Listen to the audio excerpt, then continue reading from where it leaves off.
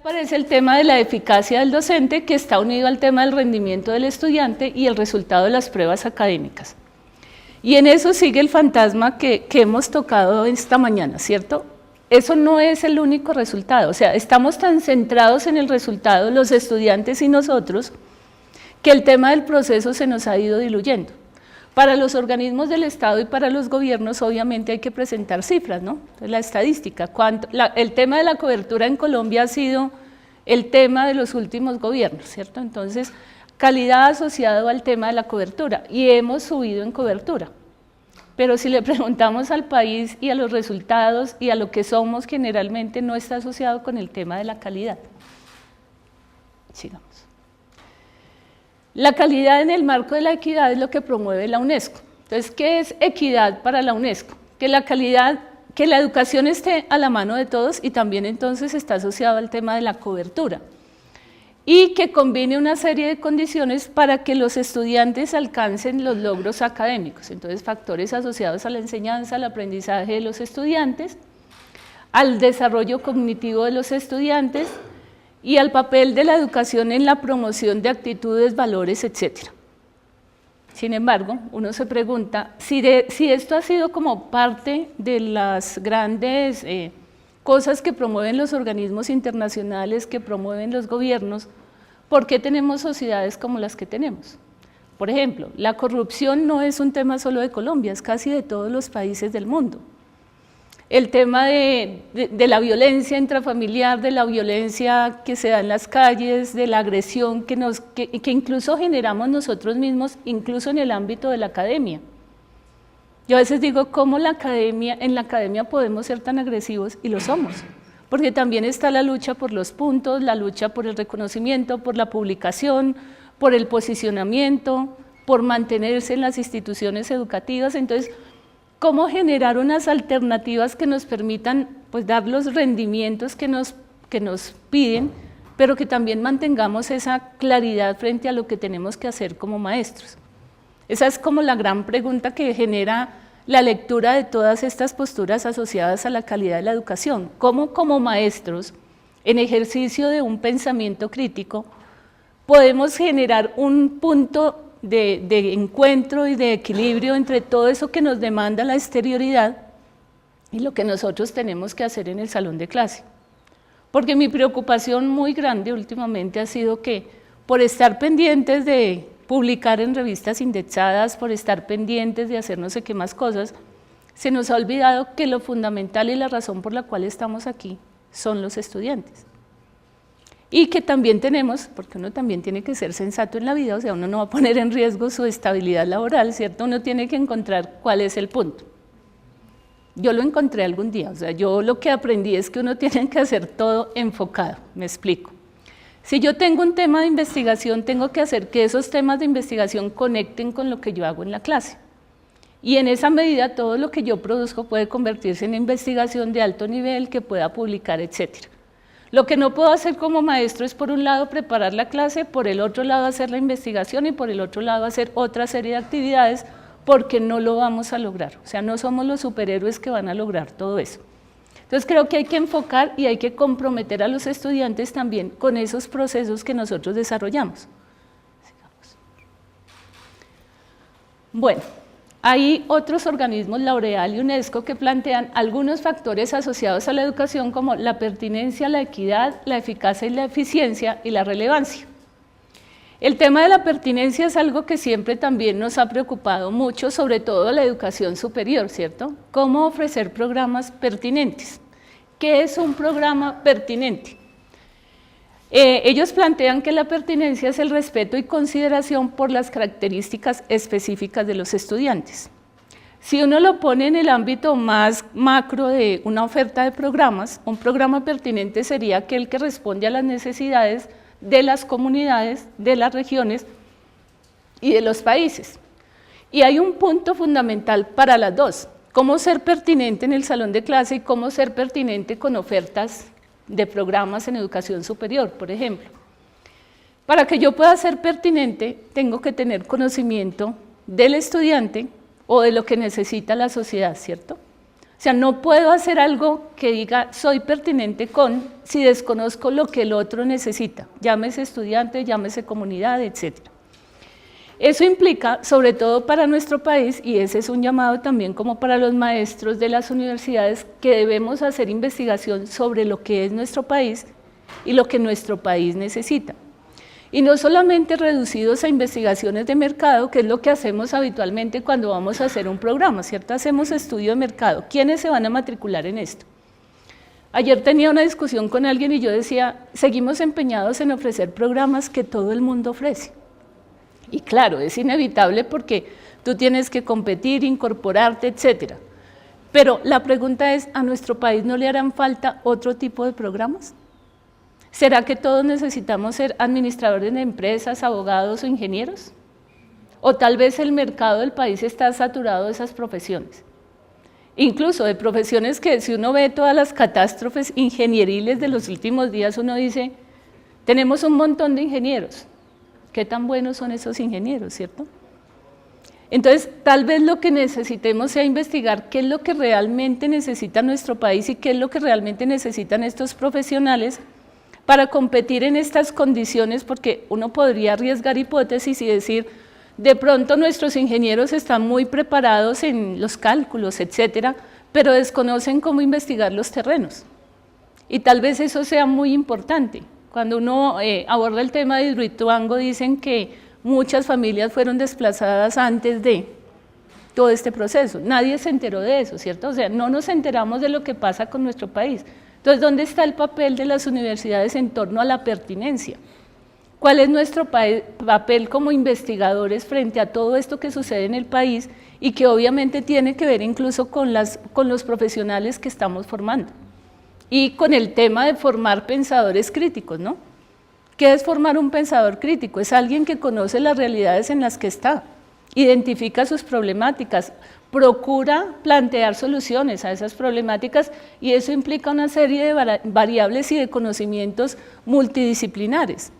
No podemos seguir formando profesionales que saben muy bien de ingeniería, pero desconocen, por ejemplo, cómo eso afecta al medio ambiente, a las poblaciones, etc. Y vamos al tema de la equidad, que creo que conecta un poco con todo esto, ¿cierto? ¿Qué es el tema de la equidad? Potenciar las capacidades de los estudiantes en igualdad de condiciones, y ahí viene un poco todo lo que hemos dicho. Igualdad de condiciones frente a un sistema que nos obliga a homogeneizar contenidos, procesos, etc. Pero yo creo que también uno ahí puede hacer la resistencia un poco reconociendo quién es cada estudiante y cómo es su propio desarrollo. Entonces, tal vez la lucha no sea contra el estándar de todos tenemos que llegar allá, sino cada estudiante puede llegar a ciertas cosas. Y es un poco también empezar a valorar no solamente el tema de cuántos contenidos asimiló, que es lo que hacemos en la evaluación, sino qué tantas cosas desarrolló él mismo frente a lo que tenía al iniciar el proceso. ¿Que es más complicado? Sí, claro. ¿Que requiere mayor trabajo del maestro? Muchísimo. Eso sí eso tampoco lo vamos a negar. Bueno, el tema de la eficacia y la eficiencia, ese sí circula por todos los temas de la calidad, ¿no? Entonces, en las estadísticas económicas de este país uno encuentra cuánto le cuesta a un estudiante al gobierno, cuánto no sé qué, cuánto invierte la nación en los estudiantes. El tema de Pilos Paga, que ha sido un tema tan discutido. Entonces, que las universidades privadas no se pueden llevar los recursos del Estado. Pero cuando uno mira las universidades públicas y dice, un estudiante en una pública le puede costar al país 29 millones al semestre, y en una privada yo lo puedo matricular por 5 millones, entonces la discusión se pone en otro escenario, ¿cierto? Uno le preguntaría a las públicas por qué un estudiante es tan costoso en la pública. Pues obviamente porque hemos ido generando una serie de sistemas de pensiones, de prebendas, etcétera, de demandas que cada vez hacen que ese sistema sea muy costoso para el país. Y a veces tampoco lo tenemos claro en nuestras luchas por la educación pública, ¿no? Tal vez no sea la lucha de lo público frente a lo privado, sino de cómo hacer más eficiente, ahí sí, el tema de los recursos públicos. Y eso tiene que ver con el tema de los resultados escolares, el cumplimiento de las metas que los gobiernos se plantean, ¿no? Porque ellos se plantean vamos a formar no sé cuántos miles de estudiantes. ¿Cómo? No les interesa mucho, vamos a formarlos al final de esta historia. Y el tema de la relevancia. y tiene que ver con el tema de lo que es significativo para el estudiante, para el maestro, para la sociedad y lo que nos demandan las sociedades realmente. Porque a veces también la educación parece estar ajena a lo que las sociedades realmente necesitan y lo tocábamos antes, ¿no? O sea, tal vez los países cuando los ministerios empiezan a hacer sus planeaciones aquí en estos cambios de gobierno, lo que deberían preguntarse es realmente qué necesita el país. O sea, esa debería ser la primera pregunta, pero lamentablemente lo que llegamos es a cambiar todo, ¿no? Entonces desconocemos todo lo que se hizo anteriormente y empezamos a cambiarlo. Este es un país tristemente de normas, o sea, aquí creemos que con cambiar la norma cambiamos la calidad educativa, con cambiar la norma cambiamos las condiciones de los maestros y que con eso garantizamos calidad. Y no es cierto, o sea, la norma en sí misma no modifica todas las condiciones que se requieren para garantizar la calidad. Dice allí al final que la calidad está condicionada histórica y socialmente, por consiguiente se encuentra determinada por idearios filosóficos, sociológicos y pedagógicos que van sucediendo en cada momento histórico. Aquí hay otra serie de factores asociados a la calidad de la educación que dicen que uno de los factores es focalizar la pertinencia personal y social y darle sentidos de bienestar dentro y fuera de la escuela. Entonces también hay muchas teorías que hoy en día hablan del bienestar, ¿cierto? El sentido de la humanidad, el sentido de las sociedades es generarle bienestar a sus integrantes. Ahí hay N teorías también acerca de qué es el bienestar, ¿no? Bienestar económico, el bienestar social, el bienestar con cómo me siento conmigo mismo, bueno, ahí también depende de las comunidades, de las maneras de verse, etc. La otra es la convicción, estima y autoestima de los involucrados, y si estamos hablando de educación, pues los involucrados somos docentes, estudiantes, directivos y el sistema en general. Entonces, como por ahí decían algunos no nos sentimos valorados o la sociedad no valora al maestro, ¿cierto? Algunas sí, otras no. Yo también creo que a uno lo valoran cuando uno se valora. O sea, la primera manera de ser valorado es valorarse uno mismo. Y creo que a veces los maestros somos los primeros en no valorarnos. Todos los documentos que uno encuentra dicen la calidad es el motor la educación es el motor del cambio social. La educación es central para la formación de los ciudadanos, de los estudiantes, las modificaciones de la sociedad, la generación de conocimiento. Luego los educadores debemos sentirnos muy importantes porque generamos conocimiento, contribuimos a la formación de seres humanos, generamos las transformaciones sociales, generamos el cambio, pero a veces, y no todos, parece que no estamos convencidos del asunto. Entonces creo que un poco el llamado es a esto. ¿Cuál es el impacto de la educación en la sociedad? La otra es también la capacidad de conducción de los directivos. Y ahí también a veces uno no valora al directivo, ¿cierto? O sea, ese gana bien, la pasa bueno y chévere. Es como también la mirada. Pasados los años yo estoy convencida de que todos los maestros debemos tener cargos directivos en algún momento de nuestra vida. Y los debemos tener porque ahí aprendemos realmente una cantidad de cosas que uno cuando está solamente en el aula de clase no se da cuenta de todo lo que implica estar del otro lado, de todo lo que requiere y también de todo el potencial que eso tiene, ¿cierto? Cuando uno tiene un buen directivo, cuando la persona sabe para dónde va, generalmente los procesos empiezan a tener sentido. Entonces también es como, porque tristemente a veces a ciertos cargos, ministerios, etcétera, y eso no llegan las personas más capacitadas, sino pues los más políticos, ¿no? Los más politiqueros, para llamarlos de la manera adecuada. Y entonces por eso uno se encuentra que los ministerios terminan no yendo para ninguna parte. Entonces, lo que les digo, como que cuando uno mira desde afuera los ministerios, uno dice como que su gran labor es cambiemos los acuerdos, cambiemos la norma. Por eso este es un país donde uno sale la norma y luego sale el acuerdo, la resolución, la no sé qué que modifica y entonces uno empieza, esta modifica, y bueno, todos se la pasan modificando. Y si uno va a intentar adentrarse en el tema de los acuerdos, pues se encuentra que hay una cantidad de normas que se contradicen incluso unas con otras. Bueno, el tema del funcionamiento del rol de los directivos, el trabajo en equipo dentro de las escuelas y los sistemas educativos. Y eso es algo que creo que también nos cuesta mucho, el tema de trabajar en equipo. Incluso nos cuesta mucho aquí en la universidad, Cuando uno dice diseñemos los sílabos entre las áreas de conocimiento, como que uno dice, no, pero es que mi sílabus es esto, no, pero es que yo enseño aquello, no, es que yo no quiero esto porque es que yo quiero lo otro. Y entonces, claro, cuando uno diseña los programas se plantean perfiles de formación, ¿cierto? Esa es como la fotografía a la que todos deberíamos aportar, ¿cierto? Pero resulta que terminamos por aquello de que yo enseño esto, la fotografía se nos vuelve un collage, que a veces no está bien armado porque tampoco tiene ningún sentido para nosotros ni para el estudiante.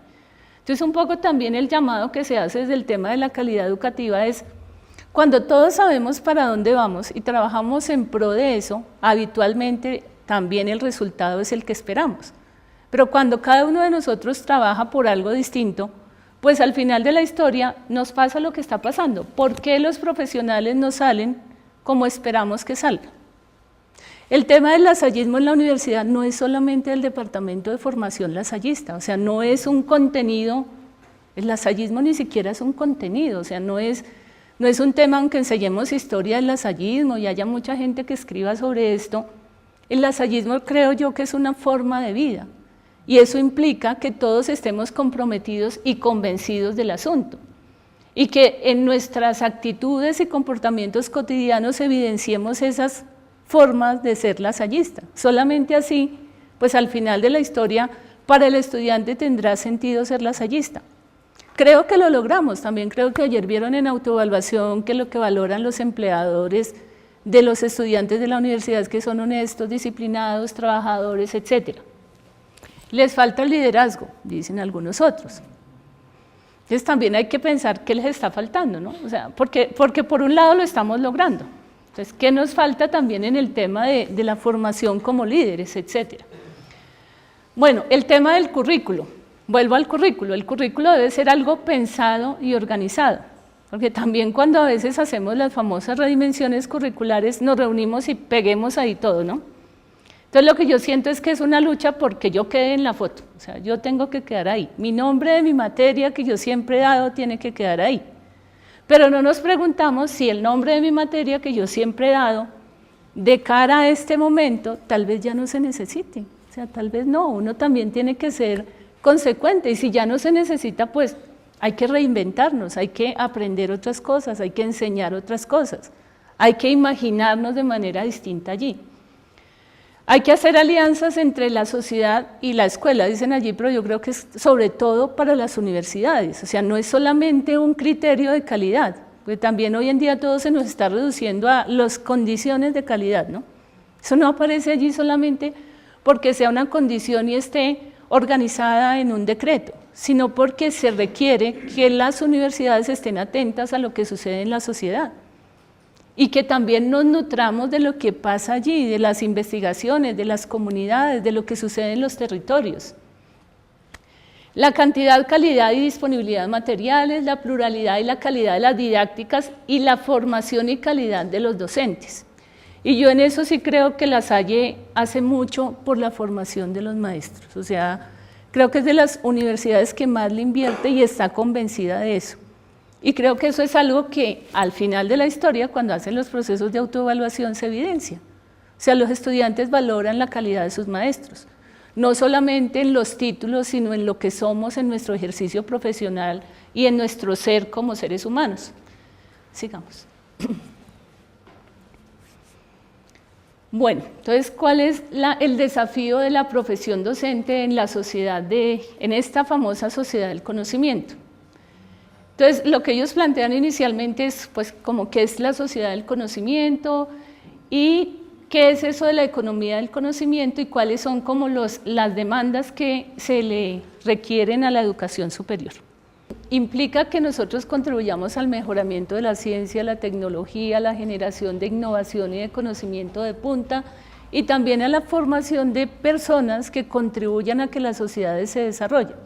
Y tampoco voy a entrar en la discusión de los conceptos de desarrollo porque también hay N conceptos, pero básicamente es como eso, como que la institución educativa, sobre todo la educación superior, responda a todas esas necesidades. Yo les voy a enviar la presentación, así que no se preocupen.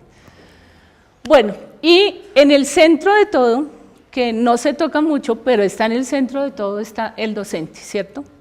Lo que les decía. Podemos hablar todo lo que queramos, hacer todas las teorías educativas, hacer todas las políticas educativas, pero si el maestro no está consciente y comprometido con todos estos cambios, nada más sirve. O sea, yo digo eso, lo demás no va a servir, porque es justamente en el salón de clase donde sucede todo eso. Entonces, ¿qué es un docente de alto nivel? El que está al tanto de los cambios sociales, en capacidad de orientar estrategias y metodologías de enseñanza-aprendizaje, adaptarse y adaptar sus formas de enseñar a los entornos cambiantes, y eso requiere de nosotros una cantidad de competencias y habilidades permanentes. Ser idóneo en su disciplina.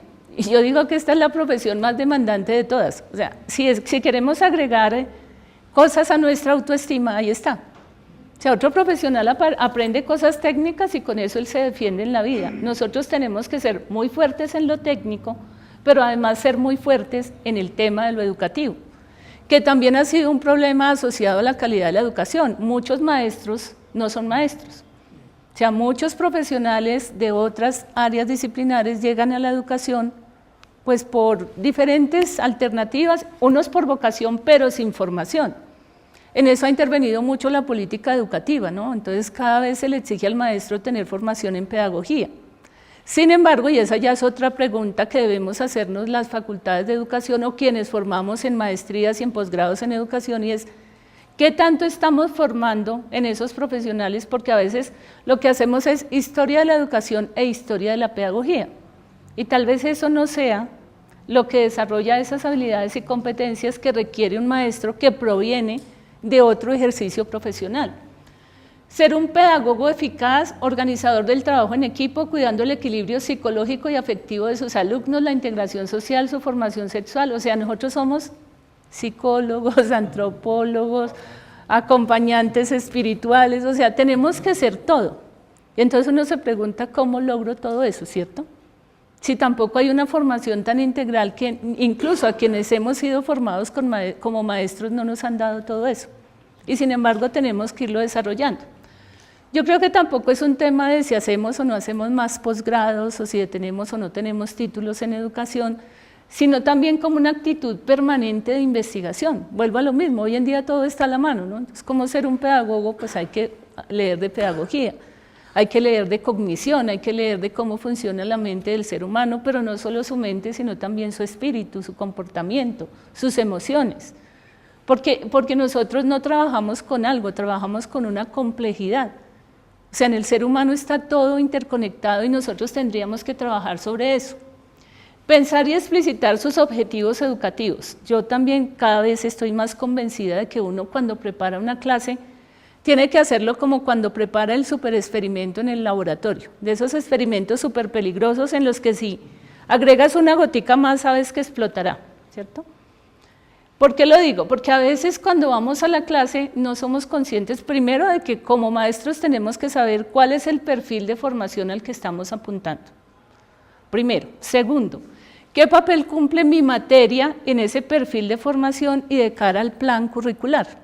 O sea, ¿cuál es mi papel dentro del sistema y dentro del conjunto? ¿Por qué mi materia está allí? Tercero, ¿qué papel o qué contenidos o conocimientos, y vuelvo a lo que he insistido todo el tiempo, son innegociables en mi materia? ¿Qué es lo fundamental y qué es lo accesorio? Y casi que uno tendría que hacer como la lista, ¿cierto? Lo fundamental es esto y voy a ver si los estudiantes logran esto. Si avanzaron muy rápido y me sobra tiempito, pues entonces enseño lo accesorio. Y si no, también les voy dando tiempo para que ellos vayan desarrollando su propio proceso. ¿Qué didácticas requiero? Y ahí no es lo que se me ocurrió de camino al salón de clase, que también una que otra vez sucede, ¿cierto? O sea, no me quedó tiempo, yo iba de camino y dije, ¿y ahora yo qué? ¿Con qué embolato a estos muchachitos? Y resulta que eso no puede ser eso, tiene que ser claro, o sea, no sé, voy a enseñar tal cosa y eso requiere, porque nosotros lo tenemos claro, para eso estamos los maestros, nosotros tenemos claro algo de lo que ustedes hablaban, el método, el procedimiento. Yo soy el que sé cuál es el paso a paso. Yo soy el epistemólogo y metodólogo de mi materia, ¿cierto? Luego yo soy, casi que ese es mi papel, o sea, ni siquiera es tanto conocer de mi materia, sino saber qué es lo que hay detrás de ese conocimiento y cómo ese conocimiento se construye. Y ahí es donde aparecen las didácticas. Entonces, ¿cuál es la mejor manera para enseñar ese procedimiento, esa epistemología, ese conocimiento que hay detrás y cómo yo organizo ese paso a paso para que el estudiante lo vaya logrando? Es un poco, yo diría que ese es el quehacer del maestro. ¿Y cómo lo valoro? Y no quiero utilizar la palabra de lo evalúo, ¿no? Sino lo valoro, porque eso tiene una connotación distinta. Cuando yo evalúo lo hago como frente a un estándar, cuando yo valoro lo hago frente al mismo estudiante, con él mismo y con lo que él ha ido logrando. Asumir labores educativas básicas en las que el alumno ha carecido en el medio social del que proviene. Y volvemos a lo mismo, ya no podemos seguir diciendo es que como llegan sin saber leer, es que como el bachillerato nos lo mandan así, pues sí, nos lo mandaron así, pero entonces hay que solucionarlo. Y entre todos, tampoco es un tema de los que enseñan escritura y lectura, no es el centro de lectura y escritura que ahora tenemos. Es un papel que tenemos que generar entre todos. Perfilar su propia identidad profesional como docente, lo que decía nuestro compañero, tal vez el estudiante no valore porque no sabe lo que implica ser maestro. Entonces también hay que evidenciarle lo que eso implica. Y también hay que visibilizar socialmente lo que implica ser maestro, que también a veces creo, hay muchos libros que han hablado de la invisibilidad del maestro, ¿cierto? De lo que la sociedad piensa del maestro. Y tal vez es justamente porque nosotros no hemos hecho visible todo lo que implica ser maestro. ¿Qué conocimientos y competencias subyacen a esta tarea de ser docente? El conocimiento de los contenidos. Y cuando yo conozco muy bien los contenidos de mi disciplina, estoy en capacidad de decir qué es lo importante y qué no lo es. Conocimiento pedagógico general, conocimiento curricular, conocimiento pedagógico, conocimiento de sus estudiantes, de los contextos educativos, de los propósitos y valores educacionales. Es decir, tengo que conocer lo que pasa afuera y lo que pasa dentro de la institución, y lo que pasa en mi aula de clase, ¿no? Casi que si uno lo pusiera, habría como 3 grafiquitas allí englobadas. Digamos. ¿Qué competencias requiere el profesorado? Capacidad de planificación y organización del propio trabajo, competencias comunicativas, porque también a veces en eso fallamos, ¿no? Por el hecho de que yo diga no quiere decir que el otro me entienda. Entonces el maestro tiene que asegurarse de que el otro lo está entendiendo en lo que él quiere que se le entienda, ¿cierto? Porque también puede entenderlo de otra manera. Entonces también tenemos que corroborar que nuestro mensaje está llegando de la manera adecuada, de la manera que pretendíamos que llegara. Habilidades interpersonales para la resolución de conflictos. Y claro, somos seres humanos y también nos duele y hay uno que otro día que llegamos furiosos con el mundo, pero yo creo que ahí sí los maestros necesitamos el autocontrol, ¿no? Es decir, que aprender que respirar, entrar tranquilos, serenarnos y olvidarnos de toda la carga que tenemos afuera para poder hacer un buen ejercicio del tema. Porque muchos estudiantes también desarrollan cierta prevención con los contenidos y el conocimiento, no por el conocimiento, sino por el maestro. Y nosotros también tenemos que ser muy empáticos, tenemos que generar esa afiliación que veíamos en el video, ¿no? Alguien decía el amor y sí, yo creo, la mejor manera. Si uno no ama a sus estudiantes y de alguna manera genera con ellos empatía, también es muy difícil. Porque incluso, supongo que les ha pasado a ustedes, pero lo que a mí me ha pasado es que incluso esos que son más indiferentes, más renuentes, si uno tiene una actitud distinta con ellos al final de la historia, ellos se acercan, al final de la historia ellos se motivan. Y no pasa tanto por ni la didáctica ni el conocimiento, sino por mi actitud personal frente a ellos. El tema del autoconcepto, y vuelvo a lo mismo, si yo no me quiero, si yo no me valoro, si yo no me siento muy feliz de ser quien soy, pues muy difícilmente el otro me percibe de esa manera, ¿no? Y la autoevaluación como vía para la mejora permanente. Sigamos. Entonces, cuando uno termina la clase, uno intuye cómo le fue, ¿cierto? Uno dice, oiga, hoy me fue como bien, como mal, pero también debe volverse eso un proceso como sistemático. Si no me fue bien, si hoy los estudiantes no la lograron, si todo el tiempo estuvieron distraídos, revisemos qué pasó con la didáctica, con la actividad, con mi actitud. A lo mejor yo hoy llegué distinto, no sé, uno no supo qué dijo, hay unos días en que uno también está un poco confundido. Bueno, estos son como otras definiciones, pero básicamente están como asociadas con lo que ya dije. Y esta es, ¿qué determina la efectividad de un docente en el salón de clase? Esos son como otros tips que van dando. Liderazgo educativo, clima organizacional, participación de la comunidad educativa, organización del aula, disponibilidad de materiales educativos. Quiere decir que la efectividad de un aula de clase no solamente depende de factores internos, sino también de factores externos, y ya lo tocaban, la familia, de dónde proviene el estudiante, sus experiencias previas, sus niveles culturales, o sea, hay una serie de factores que también inciden allí, el sistema educativo, cómo se dirige la institución educativa, toda esa serie de factores que nos generan incomodidad o nos facilitan el proceso. El tema del liderazgo educativo, o sea, nosotros queramos o no tenemos que ser líderes, y nos toca, o sea, y tenemos que irlo desarrollando con el tiempo, es decir, capacidad de incentivar al otro para que crea y se comprometa con lo que yo estoy diciendo y con lo que yo le propongo. Clima organizacional tiene que ver con lo que ya les decía, el tema de la empatía, ¿no? Necesito generar empatía, necesito generar ambientes de aprendizaje sanos, armónicos, favorables, incluso tratar de dirimir conflictos que a veces hay entre los mismos estudiantes y que generan ciertos problemas dentro del aula. Organización en el aula, es decir, tener claro lo que les decía, cuáles son los propósitos de formación, qué es lo que voy a hacer en el aula y qué es lo que voy a valorar a partir de eso que estoy enseñando. Y eso implica pues que nosotros tengamos claro antes de ir al aula qué necesitamos, ¿no? Porque a veces también pasa que yo iba a traer un video, pero se me olvidó pedir los medios que necesitaba. Yo iba a poner no sé qué cosa, pero es que se me quedó la memoria. Entonces, si no tenemos claro nosotros eso, pues mitad de la clase se nos va en organizar lo que debíamos traer organizado. Y pues otra serie de factores que ya están asociados a la satisfacción de los maestros, que tienen que ver con la naturaleza de nuestro trabajo y sobre todo nuestra motivación frente a lo que hacemos, cómo nos sentimos con los estudiantes, si eso se convierte para mí en realización personal, también la estabilidad que nos da la institución para el ejercicio, pues nuestro ejercicio profesional, y recompensas personales y salariales, ¿no? O sea, cómo me siento, pero también cómo me pagan, cómo me generan ciertas condiciones laborales, etcétera. Sigamos. Bueno, sigamos.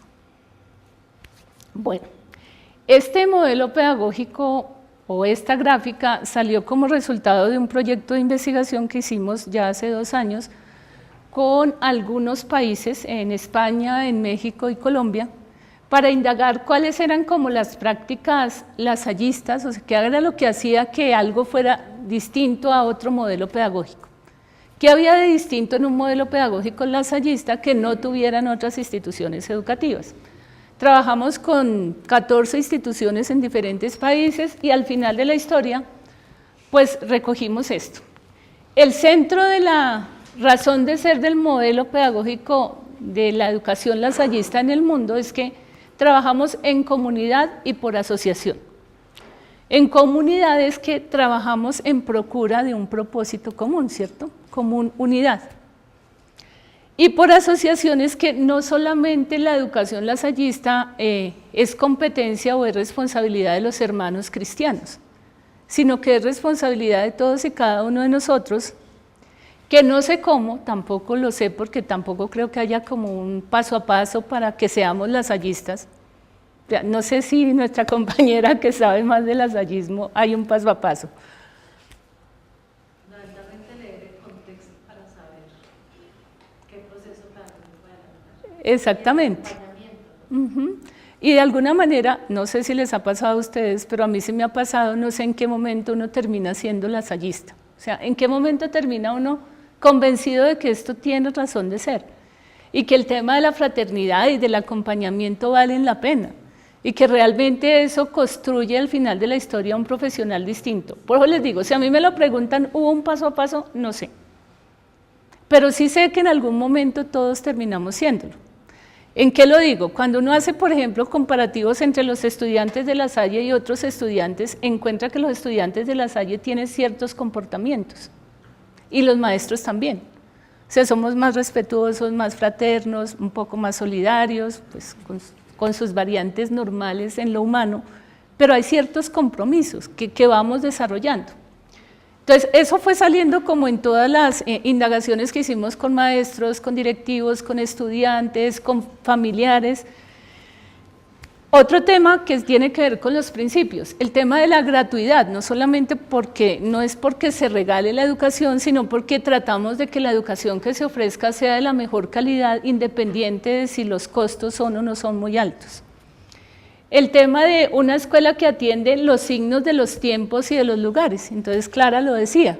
El tema de los contextos, es una educación situada que debe atender y dar respuesta a las problemáticas de nuestras comunidades y al reconocimiento de esas comunidades también como actores importantes y como generadores de conocimiento. Entonces no somos solamente quienes van a enseñar, sino que también vamos a aprender.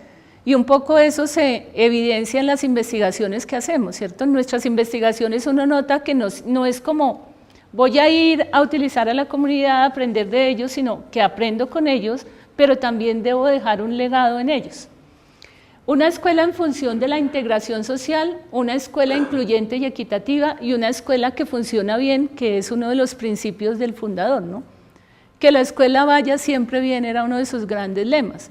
Y que vaya bien es que sea una escuela organizada, que tenga previsión de las cosas, que reconozca y atienda las problemáticas sociales y que esté casi que milimétricamente planeada para que todo se organice de la manera adecuada y responda a los propósitos que se hicieron inicialmente.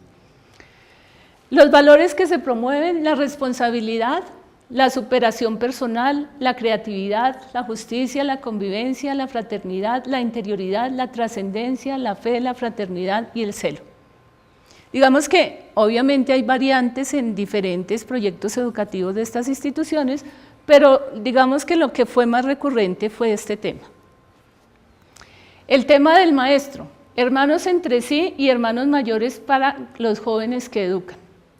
Hermanos entre sí porque si se promueve la fraternidad, se promueve el colegaje, ¿cierto?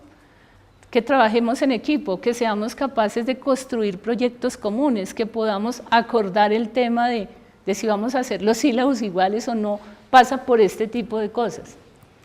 El tema de ser hermanos mayores de los estudiantes creo que tiene que ver un poco con el video que presentamos al principio. O sea, el hermano mayor acompaña y protege sin invadir, ¿no? Sin invadir y sin decir es por acá y tiene que ser por ahí, si usted no va por ahí, pues no funciona. Una escuela, un acompañante fraterno que promueve el desarrollo de las capacidades intelectuales, espirituales, emocionales de los estudiantes, es decir, alguien que está allí para ayudarle al otro a que realmente desarrolle todas sus capacidades. El currículo es una formación para la vida y el trabajo desde el razonamiento y resolución de problemas, pues fue como lo que se encontró allí. El estudiante en todo se encontró que era el centro de las acciones, y pues yo diría que no solamente en el modelo lasallista, sino en cualquier modelo educativo debería ser el centro, aunque si uno hace un recorrido por los modelos educativos se da cuenta que en muchos ha sido más el contenido que el estudiante, o más el método que el estudiante, o más el tema de la evaluación, etcétera. La evaluación se concibe más como un tema de valoración que de evaluación. O sea, no es tanto como si el estudiante pasa o no pasa, sino cómo la evaluación se convierte en un medio para que el estudiante identifique qué debe mejorar y que el maestro también pueda identificar en el estudiante qué debe mejorar, pero entonces qué debo hacer yo como maestro para ayudarle a que él mejore. El tema de la construcción de red, y en eso sí creo que todos fallamos un poco, y es que La Salle está como en 82 países del mundo. Hay universidades en 82 países del mundo y a veces no las conocemos y tampoco aprovechamos toda esa capacidad ahora en el tema de internacionalización, de movilidad, de investigaciones. Y pues yo sí creo que las redes solamente se construyen con las personas, o sea, eso ni por convenios que haya, si las personas no hablamos con los otros y decidimos trabajar en cosas comunes, pues muy difícilmente generaremos redes. Entonces también un poco la invitación es a que conozcamos qué hay en estos países, en estas universidades, y las aprovechemos también para nuestros estudiantes e incluso para nosotros mismos, ¿no? El tema de la pedagogía de la interioridad y de la fe que promueve relaciones respetuosas de diálogo, fraternidad y trascendencia. Y es algo que también se valora mucho porque somos una institución católica, pero no No hacemos que eso se convierta como en un credo que todos los estudiantes tienen que seguir. Hay un respeto por los credos de cada uno y por sus relaciones espirituales y de trascendencia que a mí me parece muy valiosa y que es algo que tampoco sé cómo se ha logrado, pero se ha logrado. O sea, podemos converger muchos credos distintos, muchas posturas políticas. Me llamaba mucho la atención el día que hicimos que vinieron los vicepresidentes al debate presidencial y yo decía, los estudiantes son absolutamente respetuosos. En otras universidades a algunos de ellos les habrían tirado una que otra cosa. Aquí no, aquí los muchachos pues tenían su postura y conversaban y creo que eso también llama la atención un poco del asunto. Y el tema de la formación de maestros es algo muy importante para el modelo pedagógico lasallista en todas las partes del mundo. O sea, hay una gran preocupación porque el maestro esté formado, que tenga todas las condiciones para su ejercicio, etc. Bueno, básicamente eso era lo que quería presentarles.